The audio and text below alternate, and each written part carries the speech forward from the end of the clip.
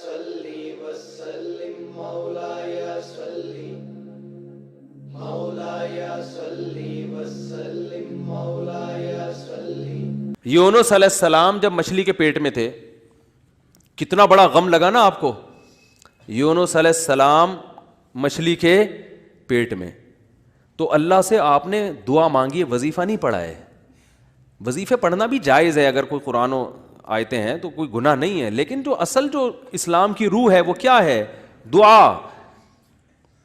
تو یونس علیہ السلام نے مچھلی کے پیٹ میں دعا مانگی, لا الہ الا انت سبحانک. دیکھو حضرت یونس علیہ السلام, ہمارا جو مزاج ہے نا وہ کیا ہے؟ یونس علیہ السلام کئی سال اپنی قوم کو تبلیغ کرتے رہے ہیں, قوم باز بولو نہیں آئی.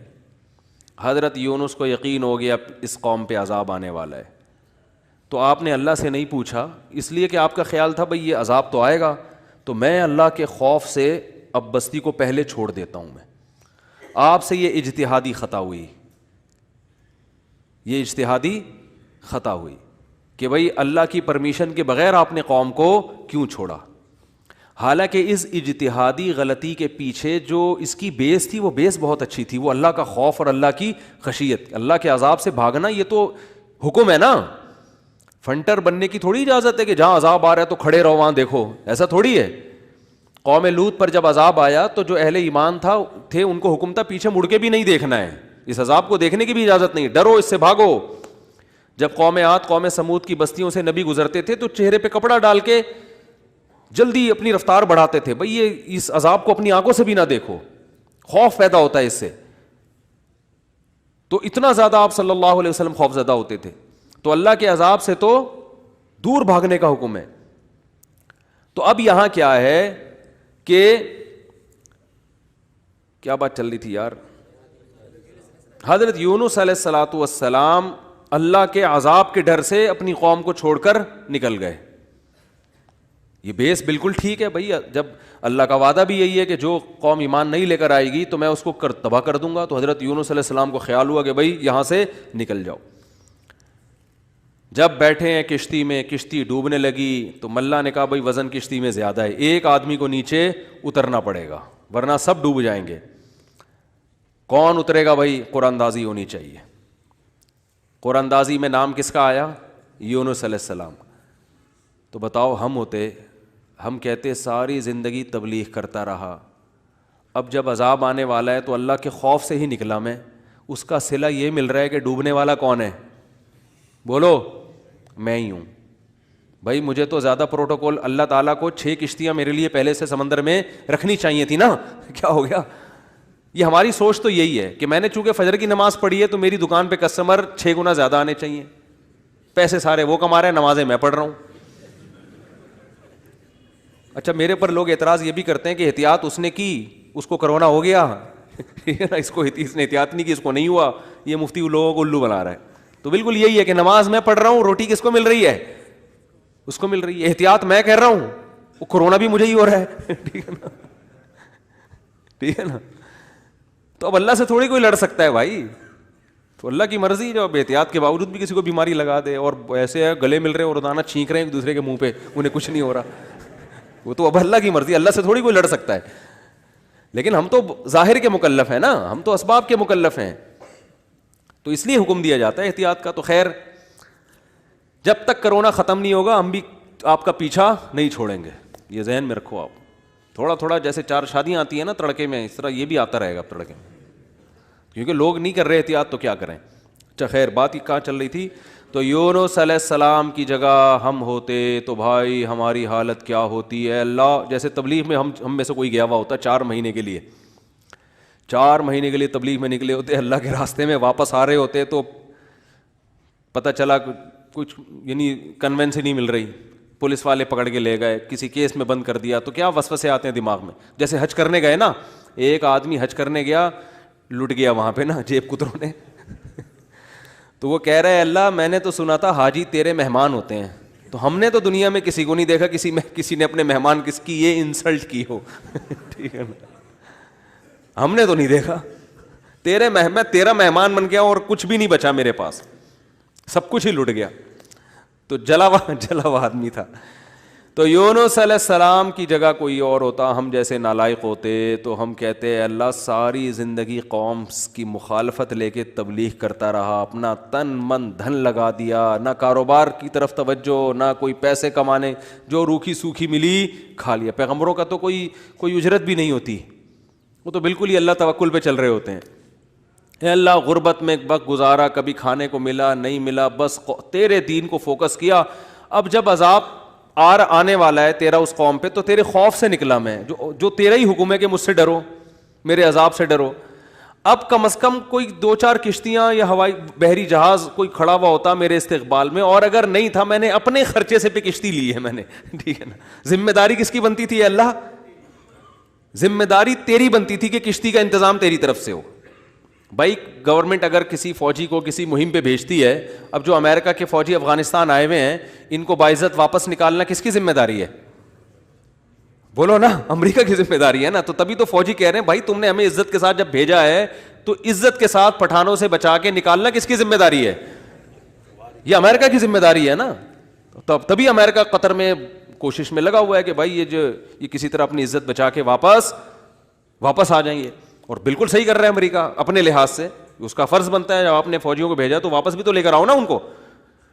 تو بالکل میرے بھائی یہ بات ذہن میں آ سکتی تھی یونس علیہ السلام کے کہ اللہ یہ سب میں نے تیرے لیے کیا ہے, اب تیرا عذاب آ رہا ہے تو مجھے تو یہاں سے فرار ہونا ہے بستی سے, تو کشتی کا انتظام کرنا میرے ذمے نہیں ہے بلکہ کس کے ذمے ہے؟ تیرے ذمے. چلو میں نے اپنے خرچے پہ کر لی. اب اللہ تو خود ہی اگر ڈوب رہی, اول تو ڈوبنی نہیں چاہیے, تجھے تو یہ طاقت ہے کہ 100 آدمی بھی کشتی میں بیٹھ جائیں, جب تک تیری مرضی نہیں ہوگی کشتی کلٹی بولو نہیں ہوگی, یہ نہیں کلٹی ہو سکتی. دوسری آزمائش تو نے یہ اس آزمائش میں ڈال دے کہ کشتی کلٹی ہو رہی ہے, اور اگر کلٹی ہو بھی رہی ہے تو ایسے نالائق لوگ اس کشتی میں بیٹھے ہوئے ہیں. کار آمد تو صرف اس میں یونس علیہ السلام تھے, باقی تو سارے نالائق, کیونکہ مشرک لوگ تھے سارے, بت پرست, پان گٹکے والے, سگریٹ والے, تمباکو والے, سارے اس میں بیٹھے ہوئے ہیں. وہ تو پتہ نہیں کیا کیا نشہ کرتے ہوں گے, سارے ایک نمبر کے چور یہاں بیٹھے ہوئے ہیں کشتی میں. تو اللہ ان میں سے کسی کو تو خود ہی جو ہے نا ڈلوا دیتا. اور قرآن اندازی ہو رہی ہے تو نام کس کا آ رہا ہے؟ میرا نام آ رہا ہے, جس نے ساری زندگی تبلیغ کی. تو اور پھر کمال یہ کہ بڑی آزمائش کیا کہ چلو کشتی میں اگر چھلانگ لگا کے نیچے گرنا ہی تھا, ان لوگوں نے ڈال دیا بھائی آپ کا نام آیا آپ کو اترنا پڑے گا. تو تیرنے کا آپشن ہوتا ہے, کہیں تیرتے رہیں گے, کوئی ٹیلا آ گیا وہاں بیٹھ گئے, یا کسی نے دیکھ لیا کوئی رسی پھینک دی, جیسے یا کہیں کنارے پہ اتر گئے, جیسے ہی چھلانگ لگائی ہے ایک اور بڑی آفت, سمندر کی مچھلی نے آپ کو نگل لیا. کتنا خوف, ایک حرف زبان سے ناشکری کا نہیں نکل رہا پیغمبر کی کہ اللہ مروا دیا تو نے. تو یہ کیا خوف ہوتا ہے, سمندر کا اپنا ایک خوف ہے بھائی, کبھی یہاں نہیں سمجھ میں آئے گا, جاؤ سمندر میں جا کے پتہ چلے گا. اور قرآن سے پتہ چلتا ہے رات کا وقت تھا, اندھیرا تھا, اندھیرے میں بہت, کیونکہ فنادا فی الظلمات, فی الظلمہ نہیں ہے کہ اندھیرے میں پکارا, اندھیروں میں پکارا. پتہ چلا کہ بہت سارے اندھیرے تھے, یعنی ایک مچھلی کے پیٹ کا اندھیرا, ایک سمندر کی تہ کا اندھیرا, اور ایک رات کا اندھیرا. کس قدر خوف. بتاؤ آج کسی کو ایسی ٹینشن ملتی ہے؟ آج یہی ٹینشن ہے, ابا نے اس دن چپیٹ لگا دیا تھا کھینچ کے, اور بھائی تمیز سے بات نہیں کر رہا, بیگم کنٹرول میں نہیں ہے, اور مفتی صاحب کا بیان سن کے اللہ کی خاطر شادی کی تھی, پھنس گئے. ایک آدمی میرے پاس آیا, کہنے لگا مفتی صاحب میری بیوی کی نہ شکل اچھی ہے اور نہ بات کرنے کا انداز اچھا ہے. تو مجھے خود بتا رہا تھا, کہہ رہا اتنی بد اخلاق ہے. میں اس سے کہتا ہوں اگر تیری شکل بھی اچھی ہوتی نا میں تیری بد اخلاقی برداشت کر لیتا. چلو یار, پتہ نہیں جھوٹ بول رہا تھا سچ بول رہا تھا, اللہ جانے. اب یہ کوئی ٹینشن ہے بتاؤ؟ اصل ٹینشن تو وہ ہے نا. اچھا لوگ کہہ رہے ہوتے ہیں وہ ہو جاتا نا اچھا تھا, ہم سمندر میں ڈوب جاتے اچھا تھا. او بھائی ابھی ڈوب ہی نہیں رہے ہو اس لیے کہہ رہے ہو اچھا تھا, جب ڈوبنے لگو گے تو وہی کیفیت ہوگی. وہ جو پھندا آ گیا تھا نا درخت سے, ایک آدمی کہتا نا اللہ موت دے دے زندگی سے, تو وہ کسی نے پھندا پھینک دیا اوپر سے, اور یہ کہا کہ میں اللہ ہوں, اس میں گردن ڈال لے اٹھا لوں گا. تو وہ کہتا ہے یہاں تو کوئی مذاق بھی نہیں کر سکتا ہے اللہ. تو وہ جب آتی ہے نا اپنے اوپر, تو پھر یہ کنڈیشن ہوتی ہے. تو یونس علیہ السلام پر جو آزمائشیں آئیں, کتنی بڑی بڑی آزمائشیں, مچھلی کا پیٹ اور نگل گئی مچھلی. مچھلی اکثر ثابت نگلتی ہے, ذرا بھی شکایت, کیونکہ ہم بندے ہیں بھائی, ہماری جو ڈیوٹی ہے ہم نے وہ کرنی اور چھوٹا بن کے رہنا ہے. ہم نے اللہ کے سامنے یہ نہیں کرنا یہ کیا ہو رہا ہے, ایسا کیوں ہو گیا, میں تو تبلیغ کے لیے نکلا تھا, میرے ساتھ یہ ناانصافی. یہ نہیں ہوتا. یہ اصول قرآن کیوں یہ واقعہ ذکر کر رہا ہے؟ یونس علیہ السلام اللہ کے برگزیدہ پیغمبر ہیں. ہمارے حضرت فرمایا کرتے تھے یہ محبت کی چٹکیاں ہوتی ہیں. انسان کو جس سے محبت ہوتی ہے تو اس کو ستاتا ہے, اور یہ ستانا تکلیف برائے تکلیف نہیں, اس کے درجات کو بلند کرنی. یہ محبت کا اظہار ہے کہ میرا ایسا بندہ ہے, ایسا پیغمبر ہے, کتنی آزمائشوں میں ڈالا, زبان سے ایک حرف ناشکری کا نہیں نکل رہا, ساری اپنی طرف منسوب کہ میری غلطی ہے, میری غلطی ہے, میری غلطی ہے, میں غلط ہوں. تو قرآن کے الفاظ دیکھو, جب مچھلی نے نگلا ہے اور سمندر کی تہ میں گئی اندھیروں در اندھیرے, تو یونس علیہ السلام نے فنادا فی الظلمات, اندھیروں میں کیا پکارا, لا الہ الا انت, اے اللہ تیرے سوا کوئی غلامی کے لائق نہیں ہے, میں تیرا غلام ہوں. انی کنت من الظالمین, میں ہی غلط ہوں, تو غلط نہیں ہے, مجھ سے کوئی غلطی ہوئی ہے اور میں تجھ سے استغفار کرتا ہوں. ان کو احساس ہو گیا کہ میں جو بغیر پرمیشن کے آیا ہوں, شاید یہ اس لیے ہو رہا ہو میرے ساتھ. دیکھو اپنے آپ کو غلط ثابت کرنے کے لیے دلائل تراشے جا رہے ہیں. کوئی اللہ نے وہی تھوڑی کی تھی اس وقت کہ آپ غلط ہیں. بس اس عمل سے اندازہ ہو گیا کہ بھائی اور تو مجھے نہیں لگتا میرے سے کوئی گناہ ہوا ہو, تو مجھے لگتا ہے کہ یہ ہے جس کی وجہ سے اللہ کیا ہے, مجھ سے ناراض ہے. تلاش کر رہے ہیں, کوئی اپنی مسٹیک تلاش کریں, اپنے آپ کو غلط کہیں. تو لا الہ الا انت سبحانک, اے اللہ تو ہر عیب سے پاک ہے. کیا مطلب, تو میرے ساتھ غلط نہیں کر سکتا, یہ میرا ہی کوئی عمل ہے جس کی وجہ سے ایسا ہو رہا ہے. تو تھوڑی غلط ہے, تو ہر عیب سے پاک ہے, تو ظالم تھوڑی ہے, میری غلطی ہے, میں غلط ہوں. کیا اللہ کے رحمت کے خزانے حرکت میں آتے ہیں.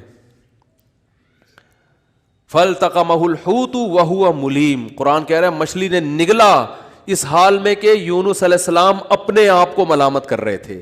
جب مچھلی کی نگل رہی تھی اس وقت بھی اپنے آپ کو ملامت کر رہے ہیں, اپنے آپ کو برا بھلا کہہ رہے ہیں, میں غلط, میں نے غلط کیا. تو جب مچھلی کے پیٹ میں جا کے توبہ استغفار کی ہے تو اللہ کی صفت استغنا دیکھو.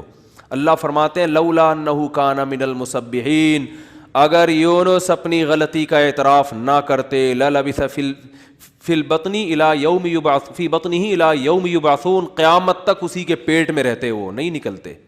یہ اللہ کی صفت استغنا ہے کہ بھئی اللہ کو آپ ڈرا کے دھمکا کے یا اپنی غلطی کا اعتراف کیے بغیر اللہ پہ ڈال کے اللہ سے کچھ بھی منوا نہیں سکتے. اللہ کہتے ہیں ہمیشہ رہتے, لیکن اللہ کو پتا تھا نہیں ہے ایسا, وہ تو آزمایا. پیغمبر تو گناہ نہیں کر سکتے نا, تو یہ تو اللہ آزما رہے ہیں دنیا کو دکھانے کے لیے کہ میرے نیک بندے ایسے ہوتے ہیں.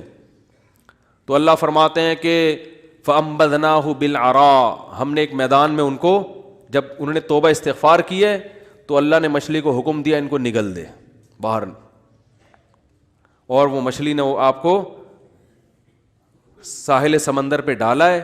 اب اللہ کی رحمت کے خزانے, سمندر کے ساحل پر کچھ بھی نہیں تھا. اللہ فرماتے ہیں وہاں اپنی قدرت سے ہم نے درخت پیدا کر دیا جو ان کو کیا دے گا, چھاؤں. اب معجزے ہو رہے ہیں کہ نہیں ہو رہے بھئی؟ اللہ آزمایا, اللہ نے کہا آزمائش میں پورا اترا یہ بندہ, میرے یہ نیک بندے آزمائش میں پورے اترے ہیں. اور اللہ نے اپنی قدرت سے درخت پیدا کر دیا اور حکم دیا جاؤ اپنی قوم کے پاس واپس جاؤ. قوم سے عذاب ٹل گیا. ہوا یہ تھا کہ جب یونس علیہ السلام کو یقین ہو گیا عذاب آ رہا ہے, تو یونس علیہ السلام جیسے ہی نکلے, وہ قوم تھی ہوشیار, اس کو اندازہ ہو گیا کہ بھائی یہ جب تک ہم میں تھے تو عذاب کا چانس نہیں تھا, یہ گئے ہیں تو اب واقعی آئے گا. تو عذاب دیکھے بغیر انہوں نے توبہ تائب شروع کر دی, تو اللہ نے وہ عذاب آنے والا ان سے کیا کر دیا, ٹال دیا. یہ ہے اللہ کی رحمت. اللہ کے غضب پہ کیا رہتی ہے, بولتے کیوں نہیں بھائی, غالب. تو یہ واقعہ بھی ثابت ہو گیا, رحمت ہمیشہ گراف اللہ کا اوپر رہتا. ہاں عذاب دیکھ لیتے اور مذاق اڑاتے, جیسے قوم عاد نے مذاق اڑایا, فلما رأوه عارضا مستقبل اودیتہم، جب انہوں نے بادلوں کو اپنی طرف آتے ہوئے دیکھا، پیغمبر بتا رہے ہیں کہ یہ عذاب ہے، تو کہہ رہے ہیں ھذا عارض ممطرنا، کوئی عذاب نہیں ہے بھائی، بادل تو آتے ہیں برستے بھی ہیں، کوئی نارمل، وہ تو آخری دم تک ڈٹے ہوئے تھے۔ اب کیونکہ اللہ کی صفت غضب بھی ہے، رحمت غالب تو رہتی ہے، لیکن ایسا نہیں ہے کہ غضب ختم ہی ہو گیا ہے، پھر اللہ نے عذاب بھیجا اس قوم پہ، 7 دن 8 راتیں تیز ہوائیں چلی ہیں، 8 دن 7 راتیں، اور ایسا اٹھا کے اس قوم کو پٹخائے کہ اللہ فرماتے ہیں کأنہم اعجاز نخل خاویہ، 1 ہفتے کے بعد ایسا لگ رہا تھا کھجور کے تنے ہیں جو اوندھے پڑے ہوئے ہیں، بڑے بڑے قداور لوگ تھے وہ۔